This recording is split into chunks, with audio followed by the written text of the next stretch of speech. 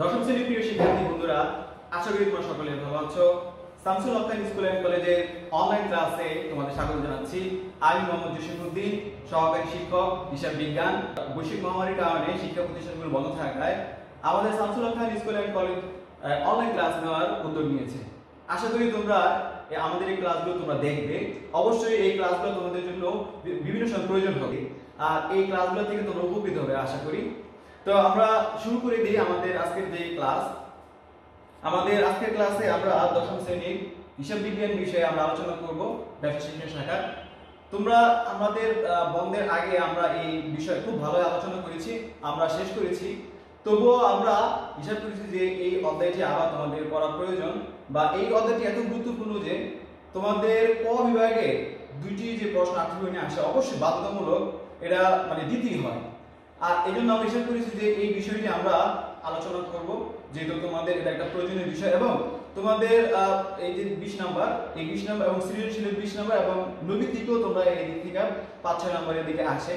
আশা করি তোমাদের এই ক্লাসটি তোমাদের প্রয়োজন হবে। তোমরা আমাদের এই ক্লাসটি মনোযোগ দিও।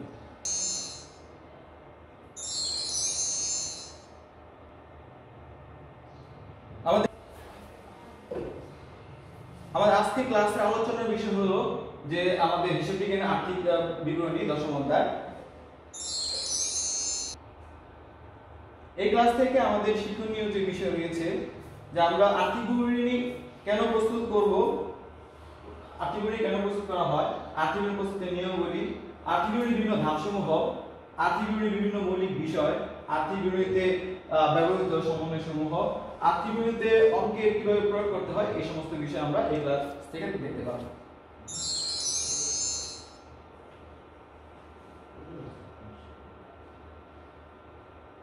প্রথমে আমরা জেনে নিই যে আর্থিক বিবরণী প্রস্তুতের উদ্দেশ্য সমূহ। একটি ব্যবসা প্রতিষ্ঠান হিসাবকালে আর্থিক যে ফলাফল নির্ণয় করা হয়, অর্থাৎ লাভ ক্ষতি নিরূপণ করা, এবং একটি নির্দিষ্ট তারিখে প্রতিষ্ঠানের যে মোট সম্পদ, দায় ও মালিকানা সত্ত্ব নিরূপণ করা, এই হলো আর্থিক বিবরণীর মূল উদ্দেশ্য। আমাদের এই নবম দশম শ্রেণীর বইতে আর্থিক বিবরণীর দুইটি বিষয়ে আলোচনা করা হয়েছে। একটি হচ্ছে যে পণ্য ক্রয় বিক্রয়কারী প্রতিষ্ঠান, এবং আরেকটি হচ্ছে সেবা প্রদানকারী ব্যবসা প্রতিষ্ঠান। আমাদের যে ক্রয় বিক্রয়কারী প্রতিষ্ঠান যে রয়েছে, যে বিভিন্ন ধরনের মাল পণ্য ক্রয় করে বিক্রি করে থাকে, যে বিভিন্ন প্রতিষ্ঠানের দিকে দেওয়া হয়েছে দেখো। আরেকটা হচ্ছে সেবামূলক প্রতিষ্ঠান বা সেবা প্রদানকারী প্রতিষ্ঠান, ইঞ্জিনিয়ার, ডক্টর, উকিল, অডিটর, তারা সেবা প্রদান করে তাদের ব্যবসা প্রতিষ্ঠান পরিচালনা করে থাকে।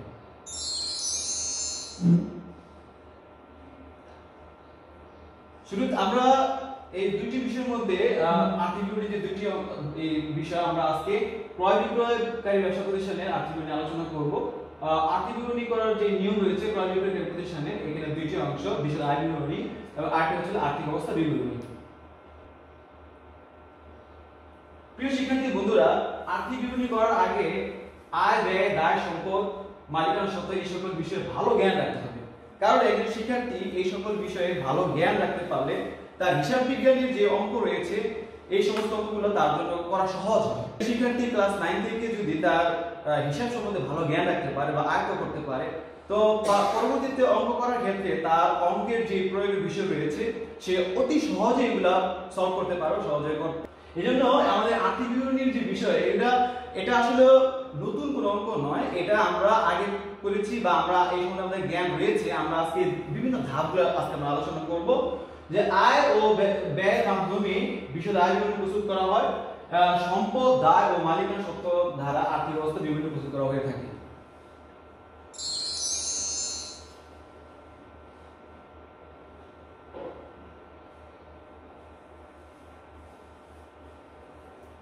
প্রিয় শিক্ষার্থী বন্ধুরা, আমরা এখন দেখব যে আর্থিক বিবরণীর দুইটি অংশ, যে একটি অংশ হচ্ছে বিশদ আয় বিবরণী, আরেকটি অংশ হচ্ছে আর্থিক অবস্থা বিবরণী। বিশদ আয় বিবরণীর মাধ্যমে মোট মুনাফা, 2 হচ্ছে পরিচালন মুনাফা, 3 নিট মুনাফা, এই তিনটি বিষয় বিশদ আয় বিবরণীর মাধ্যমে নির্ণয় করা হয়ে থাকে। আর্থিক অবস্থা বিবরণীর ক্ষেত্রে আমরা দুইটি অংশ পাই, যে একটি অংশের মধ্যে মোট সম্পত্তি নির্ণয় এবং আরেকটি হচ্ছে মোট দায় ও মালিকানা সত্ত্বের পরিমাণ নির্ণয়। প্রিয় শিক্ষার্থী বন্ধুরা, বিশদ আয় বিবরণীতে আমরা একটু দেখে নিই যে মোট মুনাফা বা ক্ষতি, পরিচালন মুনাফা বা ক্ষতি, নিট মুনাফা বা ক্ষতি, এই মোট মুনাফা বা ক্ষতি নির্ণয় করার ক্ষেত্রে অবশ্যই আমাদের নিট বিক্রয় থেকে বিক্রিত পণ্যের ব্যয় বাদ দিতে হবে। দুই, পরিচালন মুনাফা নির্ণয় করার যে আমাদের সূত্র রয়েছে, যে আমরা যে মোট মুনাফা বা ক্ষতি পাই তার থেকে আমাদের পরিচালন ব্যয় বাদ দিতে হবে। পরিচালন ব্যয় বলতে আমরা অফিস ব্যয় এবং বিক্রয় ব্যয়কে বুঝে থাকি। এবং তৃতীয় যে ধাপটি রয়েছে নিট মুনাফা নির্ণয়, অর্থাৎ পরিচালন মুনাফা যে আমরা নির্ণয় করলাম, এই পরিচালন মুনাফা বা ক্ষতি যে হলো তার থেকে আমরা অন্যান্য আয় যোগ করলাম এবং অন্যান্য ব্যয় যোগ করার সাথে করলে আমাদের নিট মুনাফা নির্ণয় হয়ে থাকে।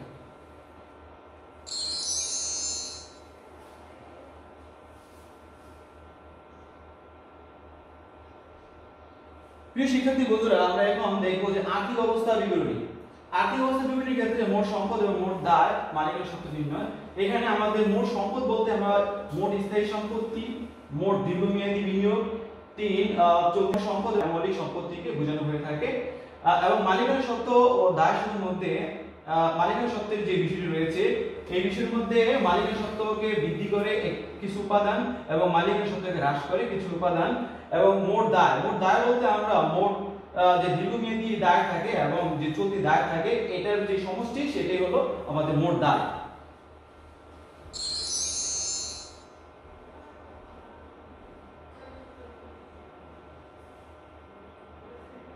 প্রিয় শিক্ষার্থী বন্ধুরা, আর্থিক বিবরণীর বিভিন্ন ধাপ সমূহ রয়েছে। একজন শিক্ষার্থীকে অবশ্যই তার এই যে ধাপ রয়েছে এই ধাপগুলো তার ভালো আয়ত্ত করতে হবে। যে সিরিয়াল দেওয়া আছে এখানে শুরু থেকে শেষ পর্যন্ত এগুলো ভালো আয়ত্ত করতে হবে। যেমন পরিচালন আয়, অন্যান্য আয়, পরিচালন ব্যয়, অন্যান্য ব্যয়, স্থায়ী সম্পদ, দীর্ঘমেয়াদী বিনিয়োগ, চলতি সম্পদ, মৌলিক সম্পদ, মালিকানা সত্ত্ব, দীর্ঘমেয়াদী দায়, চলতি দায়, বিক্রিত পণ্যের ব্যয়, এর সূত্র রয়েছে, নিট ক্রয়ের সূত্র রয়েছে, নিট বিক্রয়ের সূত্র, নিট দেনাদারের সূত্র এবং নিট পাওনাদার। এই যে বিষয়গুলো রয়েছে অবশ্যই একজন শিক্ষার্থীকে তার এই বিষয়গুলো ভালোভাবে পড়তে হবে। যদি একজন শিক্ষার্থী ভালোভাবে এগুলো পারে তাহলে তার অঙ্ক করার ক্ষেত্রে অবশ্যই সে ভালোভাবে করতে পারবে।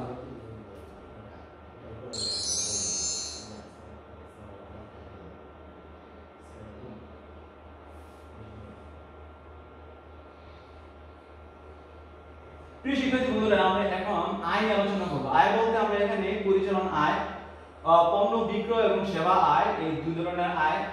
ক্রয় বিক্রয়কারী প্রতিষ্ঠানের যে আয় রয়েছে বিক্রয়, এবং সেবামূলক প্রতিষ্ঠানের যে আয় রয়েছে সেবা প্রদান করে যে আয় পেয়ে থাকে, অর্জন করে থাকে। অন্যান্য আয় বলতে আমরা একটি ব্যবসা প্রতিষ্ঠানের বাটা প্রাপ্তি, কমিশন প্রাপ্তি, বিনিয়োগের সুদ, উপভাড়া, শিক্ষানবিশ স্যালারি, ব্যাংক জমা সুদ, সম্পত্তি বিক্রয়ের যে লাভ, প্রাপ্ত যে লভ্যাংশ, অর্থাৎ এই যে আয়ের যে বিভিন্ন ধাপ রয়েছে, যে প্রতিষ্ঠানে বিভিন্ন জায়গা থেকে বা বিভিন্ন ভাবে প্রতিষ্ঠান অর্থ পেয়ে থাকে বা অর্থ প্রাপ্তি ঘটে থাকে, এই যে অন্যান্য আয়ের বিষয় রয়েছে এগুলা।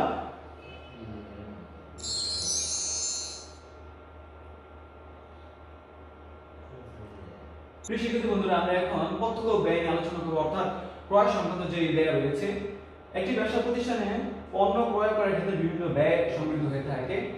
যেমন পণ্য ক্রয় একটা প্রত্যক্ষ ব্যয়, আর পণ্য ক্রয়ের সাথে যে সম্পৃক্ত ক্রয় পরিবহন, জাহাজ ভাড়া, অর্থাৎ পণ্য ক্রয় করার ক্ষেত্রে ক্রয় পরিবহন, জাহাজ ভাড়া, কুলির মজুরি, ডক চার্জ, আমদানি শুল্ক, এই সমস্ত বিষয় ক্রয়ের ক্ষেত্রে সম্মিলিত হয়ে থাকে।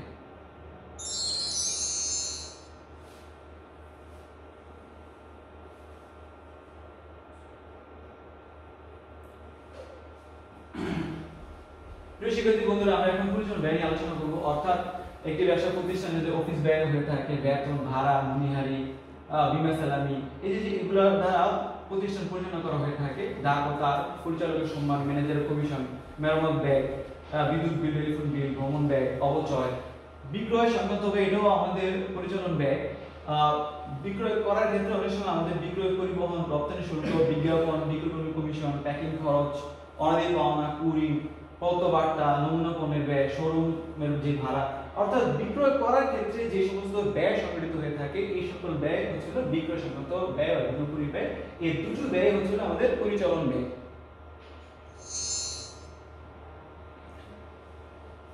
প্রিয় শিক্ষার্থী বন্ধুরা, আমরা এখন অন্যান্য ব্যয় নিয়ে আলোচনা করব, অর্থাৎ ঋণের যে সুদ আমরা যে গ্রহণ করলাম, ঋণ গ্রহণ করে যে আমরা সুদ প্রদান করে থাকি, ঋণের সুদ, মূলধনের যে সুদ হয়ে থাকে, মূলধনের সুদ, ব্যাংক জমার সুদ, এবং সম্পত্তি বিক্রয়ের যে ক্ষতি হয়ে থাকে, বিভিন্ন যে ক্ষতি, অর্থাৎ পণ্য পুড়ে যাওয়া বা পণ্য যে নষ্ট হয়ে যাওয়া, এই সমস্ত যে বিষয় রয়েছে এগুলো অন্যান্য ব্যয়ের সাথে সম্পৃক্ত।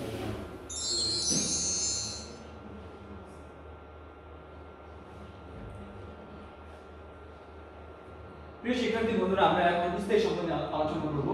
স্থায়ী সম্পত্তি বলতে আসবাবপত্র, ভূমি দান কোঠা, অফিস সরঞ্জাম, যন্ত্রপাতি, যেটা সম্পত্তি, সুনাম অর্জনের যে ব্যয়, ট্রেডমার্ক, প্যাটেন্ট, এই সকল বিষয় স্থায়ী সম্পদ, অর্থাৎ প্রতিষ্ঠানের দীর্ঘমেয়াদী সময়ে এই সম্পদগুলো ব্যবহার করা হয়ে থাকে। এগুলো বিক্রয়ের জন্য ক্রয় করা হয় না, এগুলো ব্যবহারের জন্য ক্রয় করা হয়ে থাকে। দীর্ঘমেয়াদী বিনিয়োগ অর্থাৎ আমরা অন্য কোনো প্রতিষ্ঠানে আমরা যদি বিনিয়োগ করে থাকি বা আমরা সঞ্চয়পত্র ক্রয় করে থাকি বা লগ্নিপত্র ক্রয় করে থাকি, এগুলো আমরা দীর্ঘমেয়াদে বিনিয়োগ করলাম, অর্থাৎ এগুলো আবার পরে টাকা পাওয়া যাবে এবং এগুলোর সাথে আবার লভ্যাংশ প্রাপ্তি ঘটে।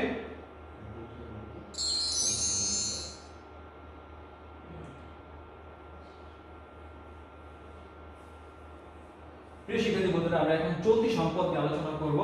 চলতি সম্পদ বলতে প্রতিষ্ঠানের যে স্বল্পকালীন যে সম্পদ, অর্থাৎ খুব দ্রুত নগদে রূপান্তর করা যায়, দেনাদার, প্রাপ্য বিল, ব্যাংক জমা, হাতে নগদ, সমাপনী পণ্য, অবর্তমানী হারি, অগ্রিম ব্যয়সমূহ, বকেয়া আয়সমূহ, অর্থাৎ এই সমস্ত বিষয় থেকে আমরা খুব দ্রুত পরিসরে আমরা টাকা পেতে পারি।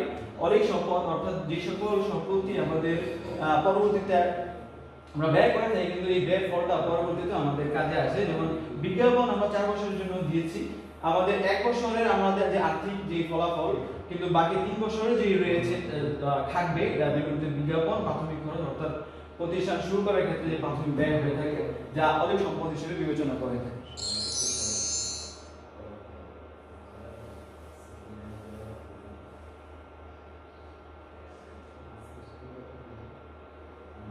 মালিকানা সত্ত্ব, প্রিয় শিক্ষার্থী বন্ধুরা, আমরা এখন মালিকানা সত্ত্ব নিয়ে আলোচনা করব। মালিকানা সত্ত্বকে বৃদ্ধি করে যে সকল উপাদান, সেই সকল উপাদান হচ্ছে মূলধন, অতিরিক্ত মূলধন, সাধারণ সঞ্চিতি। মালিকানা সত্ত্বকে হ্রাস করে উত্তোলন, আয়কর, জমি প্রিমিয়াম, অর্থাৎ মালিকানা সত্ত্ব বলতে মালিকের যেই পাওনা, মালিক যখন ব্যবসা প্রতিষ্ঠানে কোনো কিছু প্রদান করে, অর্থাৎ মূলধন, অতিরিক্ত মূলধন বা নিট লাভের যে অংশ, এই সমস্ত বিষয়গুলো মালিকানা সত্ত্বকে বৃদ্ধি করে। এবং মালিকানা সত্ত্বকে যে হ্রাস করে, মালিক যখন কোনো কিছু উত্তোলন করে, অর্থাৎ নগদ টাকা, পণ্য উত্তোলন বা আয়কর, মালিকের যে আয়করের অর্থ প্রদান করে থাকে, জীবন বীমা, মালিক যখন জীবন বীমা প্রিমিয়াম ব্যবসা প্রতিষ্ঠান থেকে প্রদান করে, এই সকল বিষয় মালিকানা সত্ত্বকে হ্রাস করে থাকে।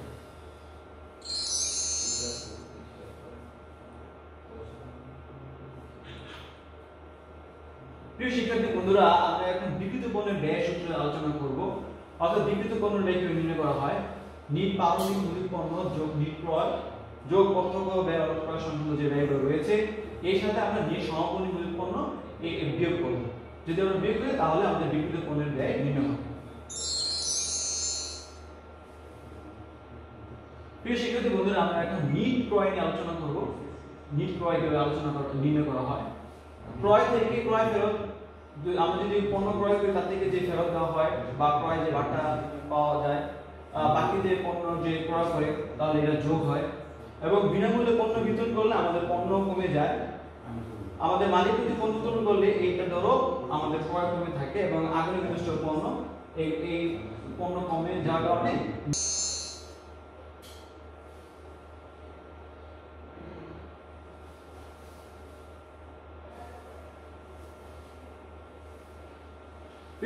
আমরা এখন নিট বিক্রয় আলোচনা করবো। আমরা নিট বিক্রয় করার ক্ষেত্রে বিক্রয় থেকে বিক্রয় ফেরত, বিক্রয় বার্তা এবং বাকি যে বিক্রয়ের ক্ষেত্রে বিক্রয় ফেরত বাদ যায় এবং বিক্রয় বার্তা বাদ যায়, এবং বাকি যে ক্রয় যদি হয় এটা বিক্রয়কে বাড়ায়, এটা যোগ।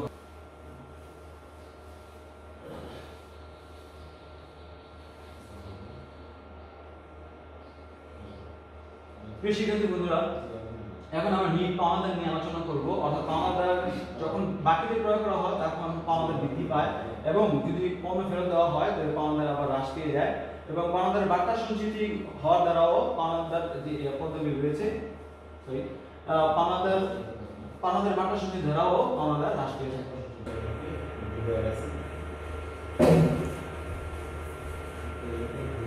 প্রিয় শিক্ষার্থী বন্ধুরা, আমরা এখন ক্রয় বিক্রয়কারী ব্যবসা প্রতিষ্ঠানের সময় নিয়ে আলোচনা করব।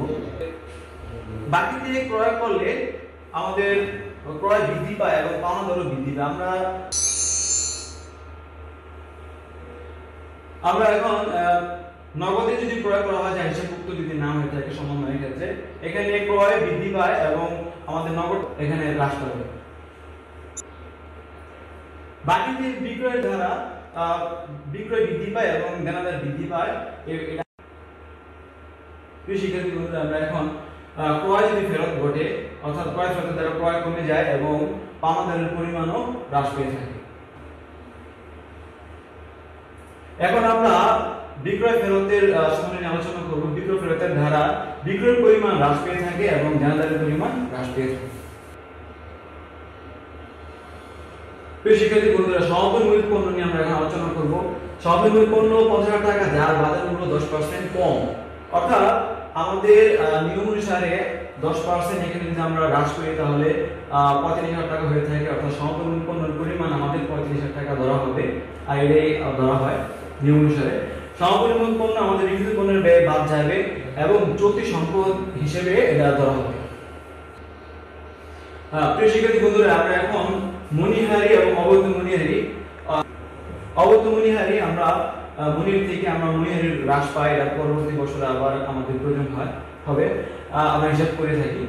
আর চলতি সম্পদ এই যে আমাদের অবৈধ মণিহারি 500 টাকা, এই অবৈধ মণিহারি আবার পরবর্তী বছর আমাদের চলতি সম্পদ হিসেবে বিবেচিত। শিক্ষার্থী বন্ধুরা, আমরা এখন মালিক কর্তৃক পণ্য উত্তোলন নিয়ে আলোচনা করব।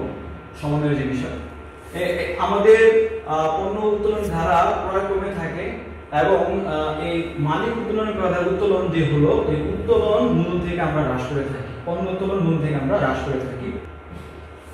প্রিয় শিক্ষার্থী বন্ধুরা, আমরা এখন কুড়ি নিয়ে আলোচনা করব। কুড়ি নিয়ে বিভিন্ন বিষয় হতে পারে যে একটি বিষয় রয়েছে যে শুধুমাত্র দেনাদার থেকে আদায় করা যাবে। যদি দেনাদারের থেকে কুড়ির এই অংশটুকু পাওয়া যায়, প্রশ্ন যদি থাকে যে 5,000 টাকা পাওয়া যাবে না, তো এখানে এই 5,000 টাকা কুড়ির অবলোপন নামে ধরা হবে। প্রশ্নে রেয়ামিলে কুড়ির ও সন্দেহজনক কুড়ির সঞ্চিতি 4,000 টাকা রয়েছে, তো এখান থেকে আমরা এই কুড়ির অবলোপন হলো 5,000 টাকা, এখানে আমরা বিয়োগ করে দেব।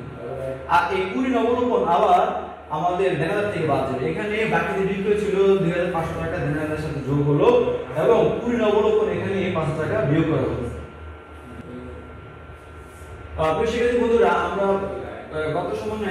আগের সমন্বয়ে 5% ছিল দেনাদার থেকে পাওয়া যাবে না, এখানে আবার শুধুমাত্র 5% হারে এখানে আবার শুধুমাত্র দেনাদারের 5% হারে সন্দেহজনক কুড়ি সঞ্চিতি ধার্য করা হবে। অর্থাৎ 5% হারে সন্দেহজনক কুড়ি সঞ্চিতি এখানে আমাদের রেয়ার মিলে ছিল 4,000 টাকা, এটা আমরা প্রারম্ভিক ধরি।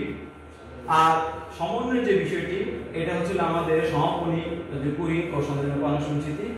তো সমাপনী থেকে আমরা প্রারম্ভিক যদি বাদ দিই, আমাদের এখানে দেনাদার ছিল 53,000 টাকা এবং বাকিতে বিক্রয় 2,500 টাকা, 55,500 টাকা এবং সমাপনী যে কুড়ির সঞ্চিতি আমরা যদি নির্ণয় করি 2,775 টাকা। তো এই 2,775 টাকা আমাদের প্রারম্ভিক কুড়ি থেকে বাদ যাবে, বাদ দেওয়ার পর 1,225 টাকা থাকবে।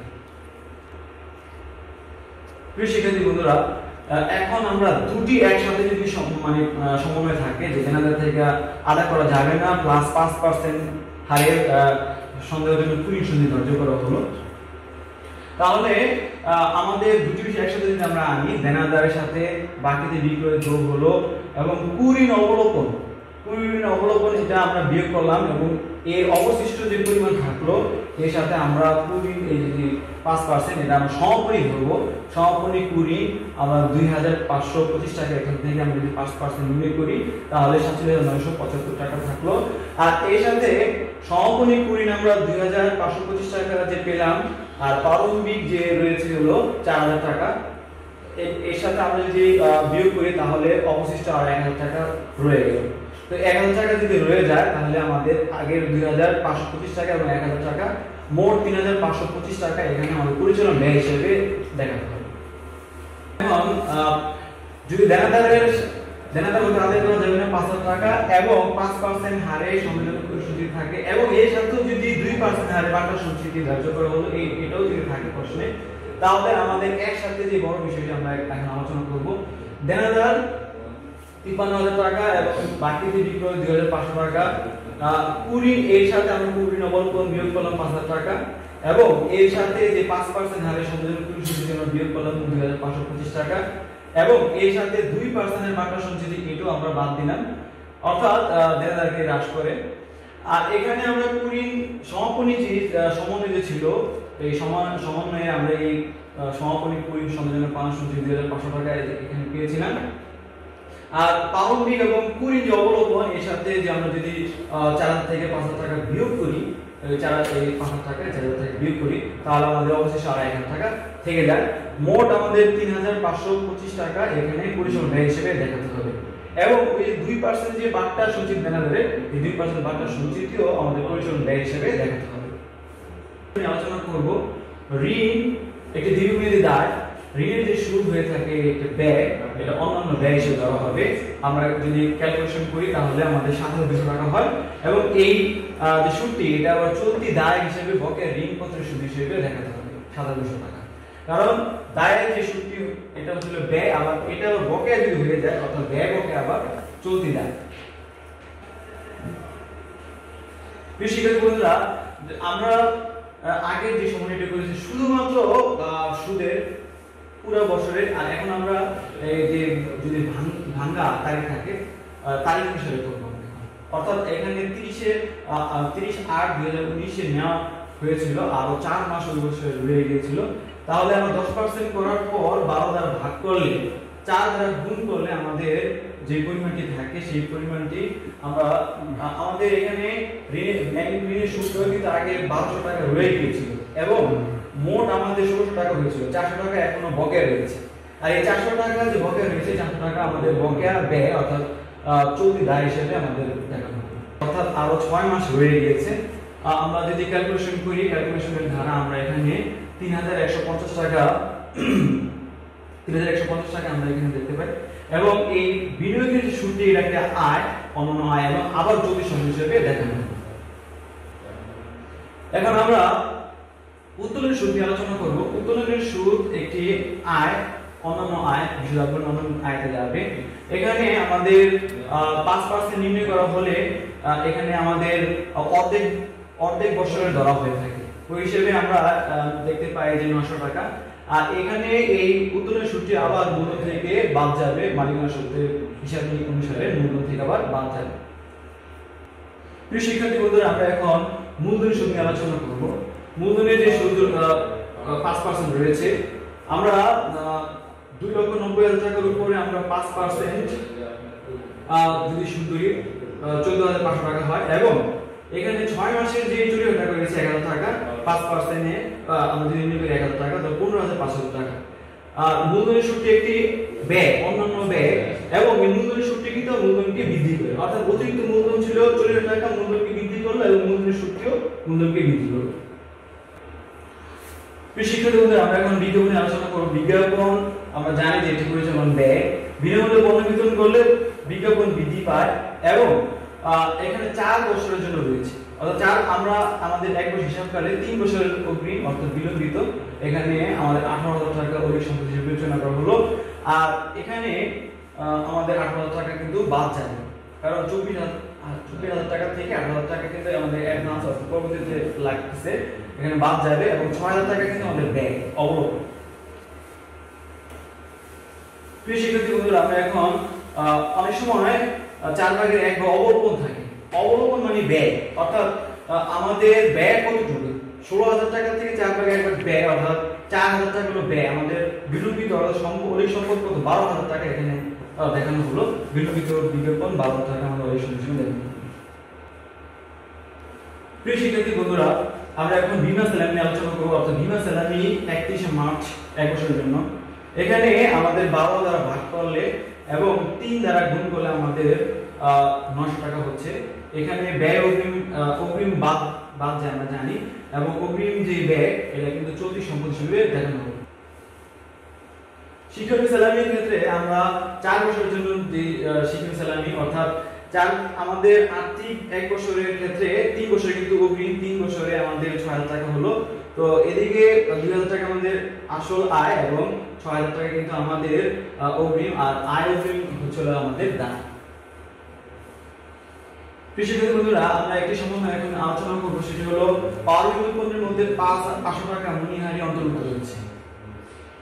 অর্থাৎ মণিহারির মধ্যে যদি আমরা অন্তর্ভুক্ত পাই, এখানে আমরা পারমাণবিক থেকে বাদ দিলাম এবং মণিহারি আমাদের এই যে র্যামের মণি রয়েছে, এই মণিহারি আমাদের অবশ্যই বৃদ্ধি করবে। যে এখানে আমাদের 1600 টাকা ছিল র্যামিল এবং 500 টাকা পারমাণবিক মণিহারি অর্থাৎ 1 তারিখে ছিল। তো এখানে যোগ করার পর 100 টাকা আমাদের পরিচালন ব্যয় হিসেবে দেখানো হবে মণিহারির সাথে। শিক্ষার্থী বন্ধুরা, মণিহারি এখানে সমাপনী মজুত 45 টাকা, এর মধ্যে 3000 টাকা মণিহারি অন্তর্ভুক্ত রয়েছে। অর্থাৎ সমাপনী মজুত পণ্য থেকে আমাদের 3000 টাকা এখানে বাদ যাবে, যেহেতু অন্তর্ভুক্ত রয়েছে। এখানে বিক্রিত পণ্যের ব্যয়ও বাদ গেল এবং চলতি সম্পদও এখানে বাদ গেল। এবং মণিহারি যে মজুদ, এটা কিন্তু আমাদের চলতি সম্পদ হিসেবে দেখাতে হবে এবং মণিহারি থেকে কিন্তু আমাদের বাদ যাবে। প্রিয় শিক্ষার্থী বন্ধুরা, এখন আমরা আলোচনা করব সমাপনী মজুত পণ্যের সাথে 6000 টাকা আগামী নির্দিষ্ট পণ্য। এখানে সমাপনী পণ্য থেকে আমাদের 6000 টাকা বাদ, বিক্রিত পণ্যের ব্যয়ও বাদ গেল এবং চলতি সম্পদও বাদ গেল এবং আগুনে বিনষ্ট পণ্য ক্রয় থেকে কিন্তু আমাদের বাদ যাবে, যেহেতু আমাদের ক্রয়কে হ্রাস করে এবং আগুনে বিনষ্ট পণ্য একটি অন্যান্য ব্যয় হিসেবে দেওয়া হবে। শিক্ষার্থী বন্ধুরা, আমরা এখন অবচয় নিয়ে আলোচনা করব। স্থায়ী সম্পত্তি যে অবচয় 5%। এখানে যন্ত্রপাতি আমাদের 70000 টাকা রয়েছে এবং পুঞ্জীভূত অবচয় 20000 টাকা, পুঞ্জীভূত অবচয় 20000 টাকা এবং 5% 70000 টাকা নির্ণয় করলে 3500 টাকা, অর্থাৎ আমাদের 23500 টাকা হলো। এটা স্থায়ী সম্পত্তি জমি থেকে বাদ দেওয়ার 66500 টাকা রয়ে গেল এবং 3500 টাকা আমাদের পরিচালন ব্যয় অবচয় হিসেবে দেখানো হবে। ভাড়া 15 মাস, এখানে আমাদের 15 দ্বারা যদি ভাগ করি তাহলে কিন্তু আমাদের 2000 টাকা হয়। তো 3 মাস আমাদের অগ্রিম 6000 টাকা এবং ব্যয় অগ্রিম কিন্তু আমাদের সম্পদ, চলতি সম্পদ। প্রিয় শিক্ষার্থী বন্ধুরা, উপভাড়া এখানে 8000 টাকা 2 মাসের বকেয়া রয়েছে। 2 মাস অর্থাৎ আমাদের 10 মাস কিন্তু দেওয়া আমরা পেয়ে গিয়েছি এবং 2 মাস বকেয়া রয়েছে। তো 1800 টাকা হলো 1 মাস এবং 2 মাস 3600 টাকা বকেয়া। আর এই আয় বকেয়া হচ্ছে আমাদের সম্পত্তি অর্থাৎ চলতি সম্পদ হিসেবে দেখানো। সুনামের ক্ষেত্রে আমরা সুনাম 4 ভাগের 1 অংশ অবলম্বন করতে হবে, অর্থাৎ আমাদের সুনাম ছিল 40,000 টাকা এবং 4 ভাগের 1 অবলম্বন 10,000 টাকা, অর্থাৎ 30,000 টাকা আরো বেড়ে গেল। এবং আমাদের যে অবলম্বনটি হচ্ছিল পরিচালন ব্যয়, পরিচালন সুনামের অবলম্বন পরিচালন ব্যয় হিসেবে দেখানো হবে। ইজারা সম্পত্তি 5 বছরের 60,000 টাকা। এখানে 1 বছর আমাদের আর্থিক যে বছর 1 বছর 12,000 টাকা এবং 12,000 টাকা আমরা এখানে আবার অবলম্বন পরিচালন ব্যয় হিসেবে দেখানো।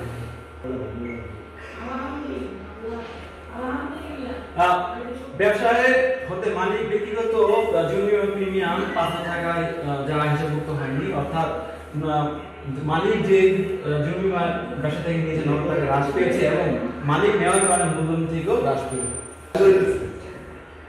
প্রিয় শিক্ষার্থী বন্ধুরা, আমরা এখন একটি সময় আলোচনা করব যে দুটি 1000 টাকা আর সম্পূর্ণ নষ্ট হয়ে গিয়েছে যা হিসাবভুক্ত হয়নি, অর্থাৎ এখানে আমাদের বিবিধ ক্ষতি হয়েছে 2000 টাকা হাতে নগদ থেকে এখানে বাদ দিয়েছে এবং এই 2000 টাকা কিন্তু আমাদের অন্যান্য ব্যয়, অর্থাৎ আমরা আগে জেনেছি যে বিবিধ ক্ষতি অন্যান্য ব্যয় হিসেবে ধরা হয়ে থাকে। প্রিয় শিক্ষার্থী বন্ধুরা, আমরা এখন মালিকের ব্যক্তিগত অর্থ দ্বারা কর্মীদের বেতন প্রদান, অর্থাৎ এখানে আমরা আগে বলেছিলাম যে একজন শিক্ষার্থী ডিবিপি নির্ণয়ের সূত্রটি কিন্তু অবশ্যই প্রয়োজন সমন্বয়ের ক্ষেত্রে। এখানে বেতন প্রদান করেছে মালিক, অর্থাৎ মালিক যদি প্রদান করে মালিকের মূলধন বৃদ্ধি পেয়ে থাকে, অর্থাৎ মালিকের সাথে বৃদ্ধি পেয়ে থাকে এবং একটি ব্যয় বেতন পরিচালন ব্যয় হিসাবে এটা ধরা হয়ে থাকে। এখানে আমাদের বেতন ছিল 12,000 টাকা এবং মালিকের যে প্রদান করা 5 টাকা বৃদ্ধি পেয়ে মোট হলো 17,000 টাকা। অগ্রিম ভাড়া 60,000 টাকা। এখানে 1 মাসের মেয়াদের জন্য হলো 1 মাসের মেয়াদের জন্য যে হলো 1 মাস আমাদের 5,000 টাকা এখানে ধরা হলো, হিসাব অনুসারে 55,000 টাকা থাকলো। আর এই 5,000 টাকা আমাদের একটি ব্যয় ধরা হলো, 5,000 টাকা তখন ব্যয় সৃষ্টি হলো, একটা 5,000 টাকা। প্রিয় শিক্ষার্থী বন্ধুরা, আমরা এখন একটি আলোচনা করব যে ব্যবসায় মামলা পরিচালনা খরচ 5,000 টাকা হিসাবভুক্ত হয়নি, অর্থাৎ এখানে ব্যবসা প্রতিষ্ঠানের যে মামলা খরচ আমাদের নগদ টাকা হ্রাস পেয়েছে 5,000 টাকা এবং মামলা খরচটি পরিচালন ব্যয় হিসেবে ধরা হয়েছে। প্রিয় শিক্ষার্থী বন্ধুরা, এতক্ষণ তোমাদের বইয়ে যত ধরনের সমন্বয়ের বিষয় রয়েছে সকল সমন্বয় বিষয়গুলো আলোচনা করার জন্য আমি চেষ্টা করেছি এবং বোঝানোর জন্য চেষ্টা করেছি। আশা করি তোমরা মনোযোগ দিয়ে আবার দেখবে, আবার শিখবে। তোমাদের নবম দশম শ্রেণীর যে বইটি রয়েছে ওই বইয়ে তোমাদের এই ক্রয় বিক্রয়ের ব্যবসা প্রতিষ্ঠানের বিশদ আয় বিবরণী চার্ট দেওয়া আছে। দেখো এখানে বিশদ আয় বিবরণীর মোট মুনাফার একটি চার্ট দেওয়া আছে, অর্থাৎ আমরা ওই যে বিক্রয়, নিট বিক্রয় এবং বিক্রিত যে পণ্যের ব্যয় যে সূত্র করেছি, এখানে এই নিট বিক্রয় থেকে বিক্রিত পণ্যের ব্যয়ের যে বিষয়টা বাদ দিলে কিন্তু মোট মুনাফা এই চার্টটা এখানে দেওয়া রয়েছে। এখানে যে মোট মুনাফা আমরা নির্ণয় করলাম তার থেকে যে পরিচালন ব্যয় বাদ এবং অন্যান্য পরিচালন ব্যয় বাদ দেওয়ার পর কিন্তু আমাদের পরিচালন মুনাফা নির্ণয় হলো।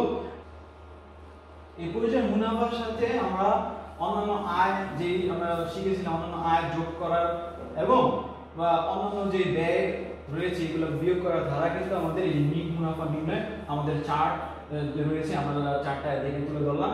প্রিয় শিক্ষার্থী বন্ধুরা, আমরা এখন এই মালিকানা সত্ত্ব বিবরণীর বিষয়টি আলোচনা করব।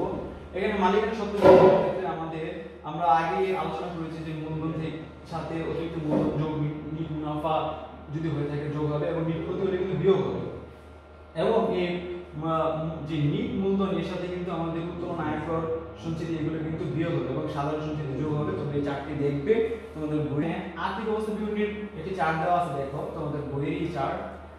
স্থায়ী সম্পত্তি আমরা এখানে আলোচনা করেছিলাম আগে, সুনাম থেকে বাধ্যবলোপন, আদর্শ, কমিশন, এই সমস্ত ক্ষেত্রে কিন্তু আমাদের অপচয়গুলো বাদ দিতে হবে। মোট সম্পদ, দীর্ঘমেয়াদী বিনিয়োগ, চলতি সম্পদ এবং অনেক সম্পদ আমরা এগুলো কিন্তু আগে আলোচনা করেছি। শিক্ষার্থীদের এখন আমরা মালিকানা সত্ত্ব ও দায় সমূহ নিয়ে আলোচনা করব। মূলধনের ক্ষেত্রে আমরা পূর্বের ক্ষেত্রে যে নির্ণয় করলাম এর সাথে দীর্ঘমেয়াদী দায় এবং স্বল্পমেয়াদী দায় যোগ হলো। আমরা দীর্ঘমেয়াদী দায় এবং সময় আগে জেনেছি, যোগ করার পর আমাদের মোট দায় ও মালিকানা সত্ত্বের পরিমাণ নির্ণয় হচ্ছে। প্রিয় শিক্ষার্থী বন্ধুরা, তোমাদের বইয়ের যে চার্ট রয়েছে আমরা এই চার্টগুলো দেখলাম, তোমরা অবশ্যই এই চার্টগুলো দেখবে। তোমরা কিন্তু অবশ্যই এই চার্টের ক্ষেত্রে মুখস্থ করবে না, কারণ মুখস্থ করার কিছুই নেই। আমরা আগে আলোচনা করেছি যে আয়, ব্যয়, সম্পদ, দায়, মালিকানা সত্ত্ব এই যে বিষয় রয়েছে এটা যদি কোনো একজন শিক্ষার্থী ভালো বুঝে পারে তাহলে এই চার্ট মুখস্থ করার কোনো বিষয় নয়। তোমরা অবশ্যই আগে এর যে মৌলিক বিষয় রয়েছে এই মৌলিক বিষয়গুলো ভালো করে পড়বে, তাহলে তোমাদের এই চার্টটা সহজ হবে।